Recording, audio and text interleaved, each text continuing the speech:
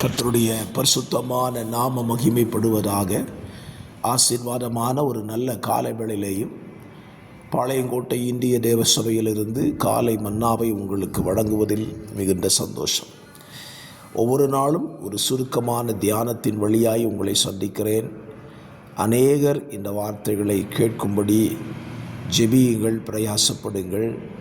ஒவ்வொரு நாளும் கர்த்தருடைய வார்த்தை என்பது நாம் வேதத்தை அறிந்து கொள்வதற்கு அது உதவிகரமாக இருக்கிறது. தொடர்ச்சியாக வேதத்தை தியானிப்பது நமக்கு ஒரு ஆசீர்வாதமானது. இந்த நாளிலும் இப்படிப்பட்ட தியானத்தை கேட்க கர்த்தர் உங்களுக்கு உதவி செய்கிறதற்காக கர்த்தருக்கு மகிமை செலுத்துங்கள். பரிசுத்த பிதாவே, எல்லா புகழுக்கும் எல்லா ஸ்தோத்திரங்களுக்கும் நீரே பாத்திரர். நீர் மாத்திரம் இந்த நாளிலே மகிமைப்படுங்க. வார்த்தைகளை கேட்கிற பிள்ளைகளை கர்த்தர் ஆசீர்வதிங்க. இந்த நாள் அவர்களுக்கு வார்த்தையிலிருந்து கிடைக்கிற ஆசீர்வாதம் உண்டாவதாக. இயேசுவின் நாமத்தில் பிதாவே, ஆமேன் ஆமேன். கர்த்தர் நல்லவர். இந்த நாளுக்கான தியான அதிகாரம் யோசுவா 17ஆம் அதிகாரம் 18 வசனங்களை உள்ளடக்கின ஒரு வேத பகுதி. இந்த வேத பகுதியில் தொடர்ந்து யோசுவா கோத்திரங்களுக்கு சுதந்திர வீதங்களை பங்கிட்டு கொடுத்து கொண்டிருக்கிறார். அப்படி கொடுக்கப்பட்ட சுதந்திர வீதத்தில் ஸ்தோத்திரம், யோசேப்பின் புத்திரர்கள் யோசுவாவினிடத்தில் ஒரு காரியத்தை கேட்கிறார்கள். என்ன காரியம்? கர்த்தர் எங்களை ஆசீர்வதித்ததினால் நாங்கள் ஜனம் பெருத்தவர்களாய் இருக்கிறோம் என்று சொல்லி எங்களுக்கு கொடுத்த சுதந்திர வீதம் குறைவானது, அதிகமானதை தர வேண்டும் என்று கேட்கிறார்கள்.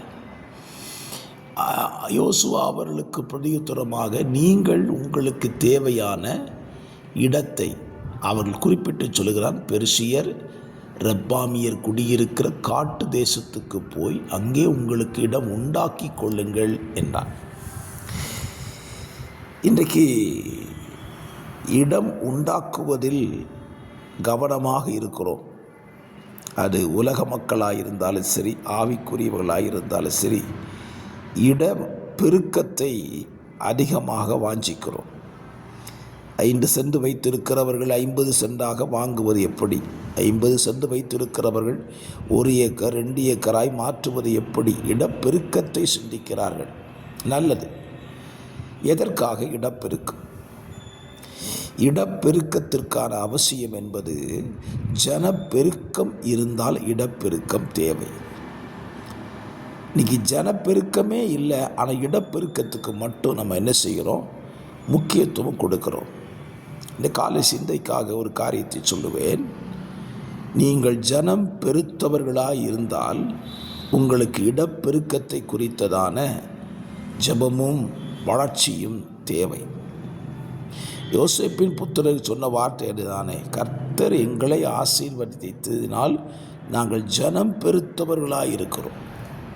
இன்றைக்கும் ஆவிக்குரிய கோலங்களை எடுத்துக்கொண்டால் ஜனப்பெருக்கம் இல்லை, இடப்பெருக்கம் இருக்கிறது. புரிந்து கொள்வீர்கள் நினைக்கிறேன்.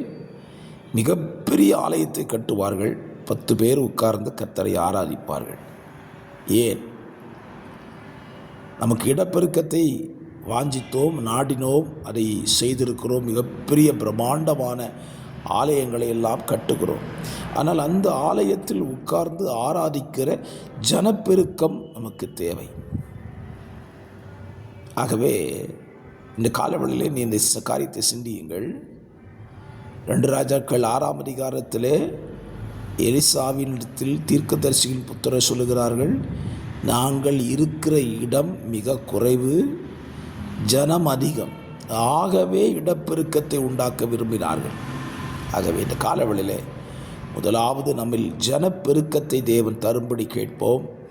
ஜனப்பெருக்கம் உண்டாகும்போது இடப்பெருக்கமும் நமக்கு தரப்படும். இதை மாற்றி நாம் செய்யாதபடி ஒவ்வொரு சபையிலும் தேவ ஜனங்கள் ஜெபிக்க வேண்டிய காரியம், ஜனப்பெருக்கத்தை தாரும் என்று கேளுங்கள். அப்பொழுது இடப்பெருக்கமும் உண்டாகிவிடும். ஜெபிக்கலாம். பரிசுத்த பிதாவே, இந்த காலவெளியில் தந்த நல்ல சிந்தையின்படியே எங்களை ஜனம் பெருத்தவர்களாய் நீங்கள் ஆசீர்வதிங்க, இடப்பெருக்கத்தையும் நீங்கள் தருவீங்க. அப்படி செய்ய போகிறதுக்காக நன்றி. இயேசுவின் நாமத்தில் ஜெபிக்கிறேன் நல்ல பிதாவே. ஆமேன் ஆமேன். God bless you.